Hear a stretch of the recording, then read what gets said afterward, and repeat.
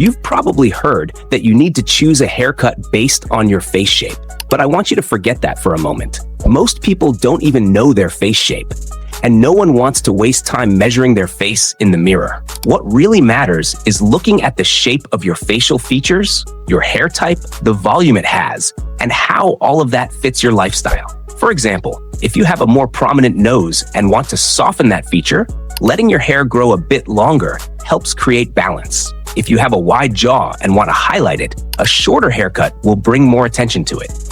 Finding the ideal haircut has much more to do with facial balance than with face shape itself.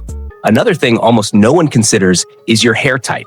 It's not just whether it's straight or curly, but how it behaves, how it falls, the volume, and even the products you need to use. Understanding this defines which styles work, which don't, and what the final result will look like. On top of that, be honest about your routine. How much time do you actually have each day to take care of your hair? If you don't have the patience, time, or money for products and styling, a very elaborate haircut won't work.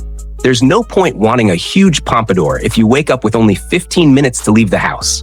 That kind of cut requires a blow dryer, brushing, product, and time. If your routine doesn't allow that, the result will never look like it did at the barbershop. Now let's get practical. One of the easiest ways to get the right haircut is to look for people with facial features similar to yours. If your hair is very short, let it grow a bit so you can understand how it behaves. After that, look for inspiration. Go on Pinterest and search for men's haircuts.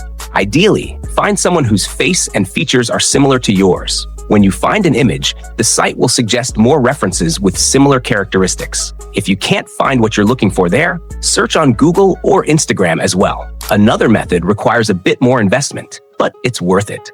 If you always cut your hair at the same local barber and want to level up your haircut, look for a specialized professional. A good professional will recommend a haircut that truly suits you and will also explain how to maintain it properly in your daily life. You can even bring saved references and ask if that cut would work for your hair and face. That helps a lot to avoid mistakes. Before booking, check Google reviews and the barbershop's Instagram page. Look at the barber's work, and when you find a cut you like, ask who did it and book directly with that person. Now, an important detail. If your hair works better with scissors than with clippers, consider going to a hairstylist. They usually have more skill with scissors, and that makes a big difference in the finish and movement of the hair. And for those who like practicality and want to save money, there's one last option: learning how to cut your own hair. It's not easy at first, and you will mess up a few times. That's a fact.